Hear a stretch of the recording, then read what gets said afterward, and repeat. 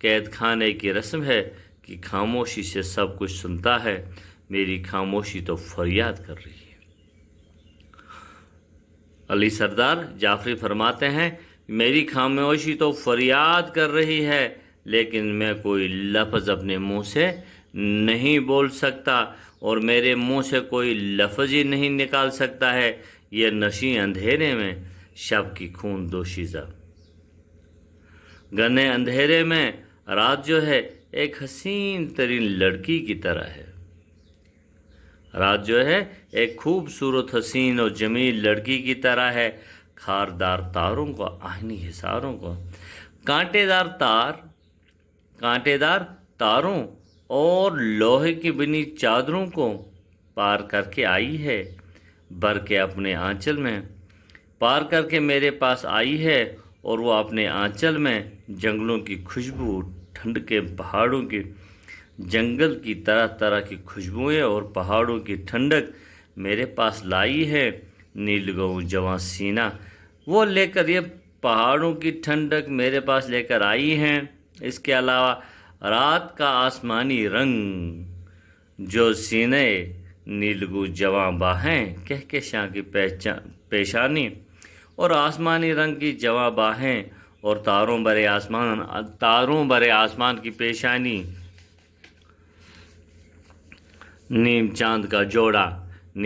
کا جوڑا مخملیند، یعنی کہ آدھے چاند کا بنا ہوا جوڑا، اور اندھیرے کی ملائم اور نرم پیرہن لرزتا ہے۔ وقت کی سیاہ زلفیں پوشاک ہل رہی ہیں، اور اس وقت کی یہ کالی زلفیں خاموشی کے شانوں پر کھم بخم مہکتی ہے، خاموشی کے کندھوں پر خوشبو بکھیرتی ہے، اور زمین کے ہونٹوں پر نرم شبنمی بوسے،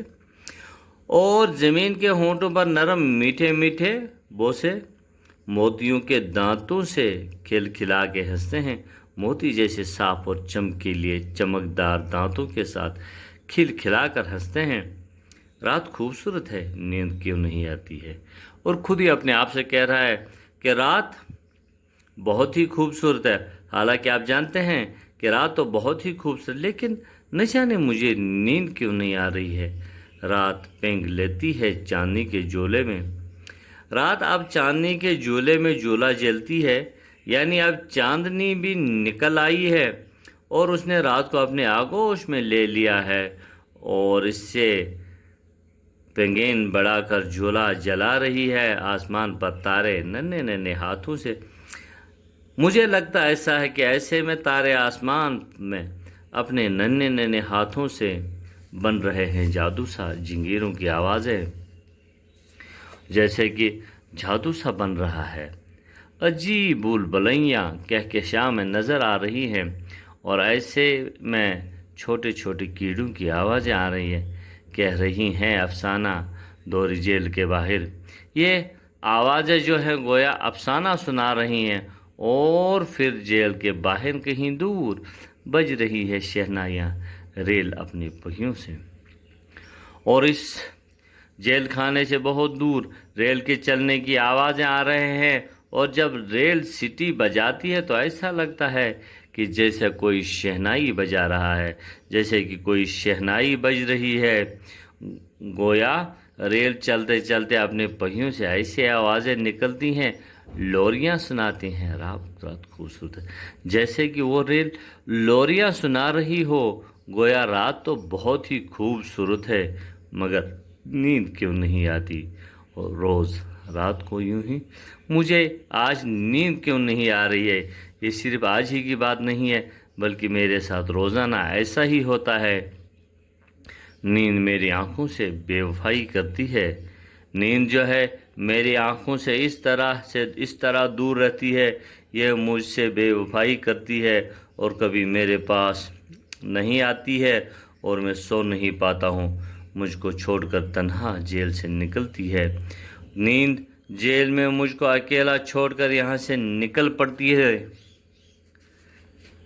پڑتی ہے ممبئی کی بستی میں میرے گھر کا دروازہ۔ یہ نیند ممبئی کی شہر میں میرے گھر کو ڈھونڈ نکالتی ہے، اور اندر جانے کی غرض سے دروازہ کھٹکھٹاتی ہے، جا کے کھٹکھٹاتی ہے۔ ایک ننھے بچے کی دروازہ کھٹکھٹانے کے بعد اندر جا کر میرے ننھے سے بچے کے پاس جاتی ہے۔ اکھڑیوں کے بچپن میں میٹھے میٹھے خوابوں کا نیند بچے معصوم سی ننھی ننھی آنکھوں میں میٹھے سے خواب سجاتی ہے، اور پھر نرم نرم گالوں کو، گرم گرم آنکھوں کو نیند نیند نیند کے پاس سوئے بچے کی گرم گرم آنکھوں کو پیار کرتی ہے، ان کے نرم نرم گالوں کو چومتی ہے، جھک کر پیار کرتی ہے، ایک حسین پری کی طرح۔ نیند میرے اس بچے کے خوبصورت پری کے روپ میں آ کر بچے کو قریب سے پیار کرتی ہے، لوریاں سناتی ہے، پالنا ہلاتی ہے، اور پھر نیند میرے بچے کو لوریاں سناتی ہے اور اس کا پالنا ہلاتی رہتی ہے، یہاں تک کہ بچہ میٹھی نیند سو جاتا ہے۔ گویا نیند اگر میرے پاس نہیں ہے، لیکن نیند تو میرے بچے کے پاس تو چلی جاتی ہے، اور میرے حصے کی نیند بھی اس پر قربان کرتی ہے۔ عزیز طلباء و طالبات، نیند علی سردار جعفری تمام اشعاروں کی تشریح کرنے کی ہم نے کوشش کری ہے۔ کل پھر ملیں گے۔ اللہ حافظ۔